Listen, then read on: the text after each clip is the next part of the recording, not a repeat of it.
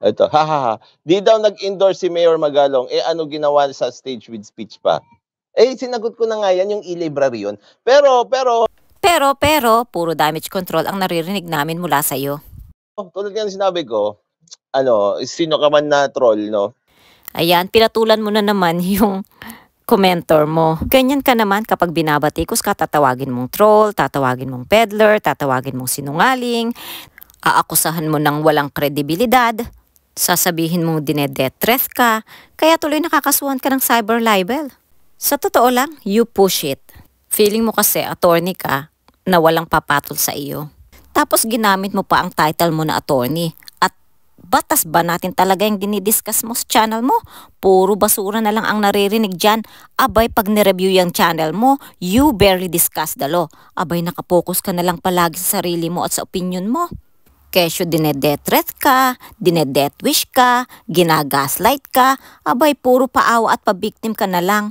Pero kung makapambatikos ka at makaakusa ka sa mga taong kinokontent mo, inam, parang gusto mo nang lamunin. Pero pag binalikan ka at pinalagan ka, grabe ka din kung magpabiktim. Tapos galit na galit ka kapag hindi dinaan sa due process. Pag dinaan naman sa due process, galit na galit ka pa rin. Tapos sasabihin mo, slap suit. You push it, Libayan. You push it. Anyway, galingan mo na lang ang depensa mo dahil kahit na anong gawin mong damage control dito sa social media at nagkaroon ng probable cause ang mga ikinaso sa'yo, haharap at haharap ka sa korte. Na ayaw lang nila kayong patulan kasi naaawa sila sa inyo. Pero pag pinatulan kayo ng mga yan, ano ho?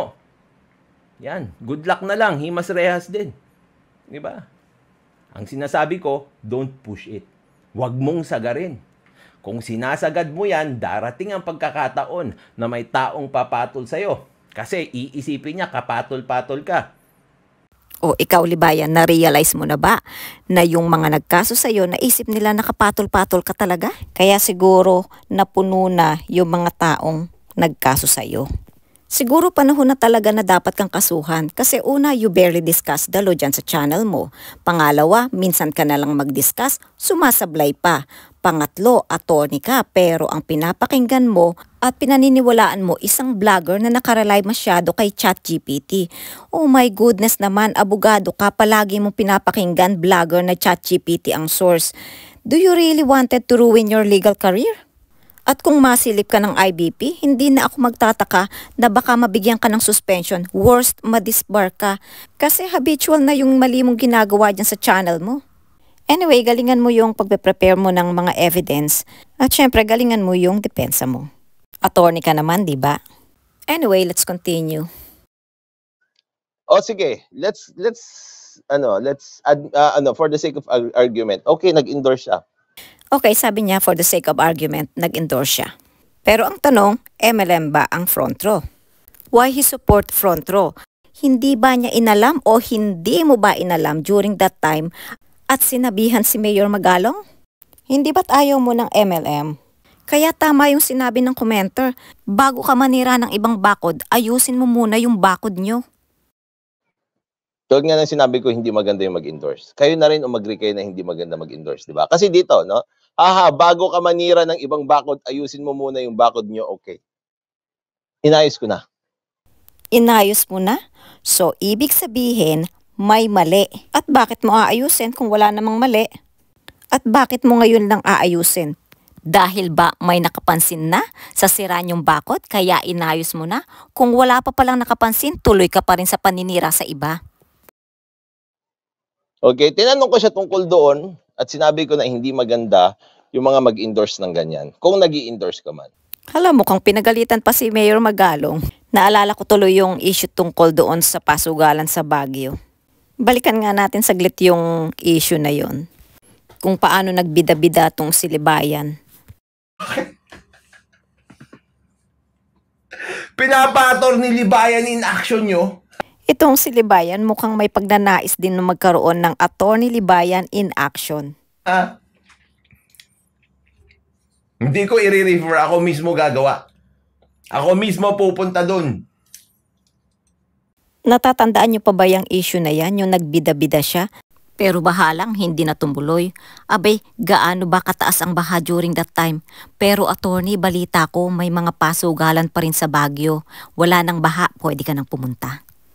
Alam niyo, sa opinion ko, base sa mga naririnig ko sa kanya, parang palagi niyang pinagmumukhang weak si Mayor Magalong.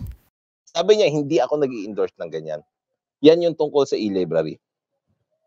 Okay. So, kunwari, pag may nangyari in the future na ganyan ulit, huwag kayong mag-alala, ako mismo magsasabi sa kanya. Pakinggan niyong mabuti at obserbahan ang mga sinasabi niya. Lumalabas tuloy ang pagiging weak ni Magalong dahil kay Libayan na-highlight tuloy ang mga maling nagagawa ni Magalong. Imagine, sasabihin niya, hindi ko ire-refer, ako mismo ang gagawa, ako mismo ang pupunta doon. Tapos katulad nitong sa front row, sasabihin niya, inayos ko na.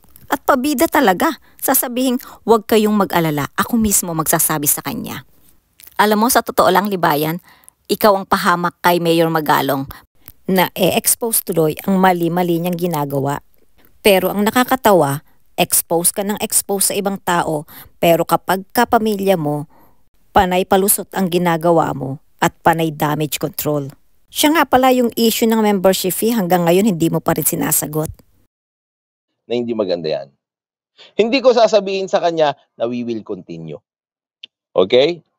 At kung hindi pa nasilip yan at hindi ka nabutasan dyan, hindi ka pa pala magsasalita at wala kang gagawin. Isipin mo yung Tiger pag kay Tulfo, todo expose, pero sa Mayor nalantaran nag-endorse. Wala siya in-endorse doon. Kutog yan sinabi ko sa inyo, nakat-cut yung video na yun. Nakat-cut? Oo, tama. Isa lang naman si Mayor Magalong sa nag-cut ng ribbon. Anyway, nag-cut lang naman ng ribbon at nag-speech si Mayor Magalong sa front row.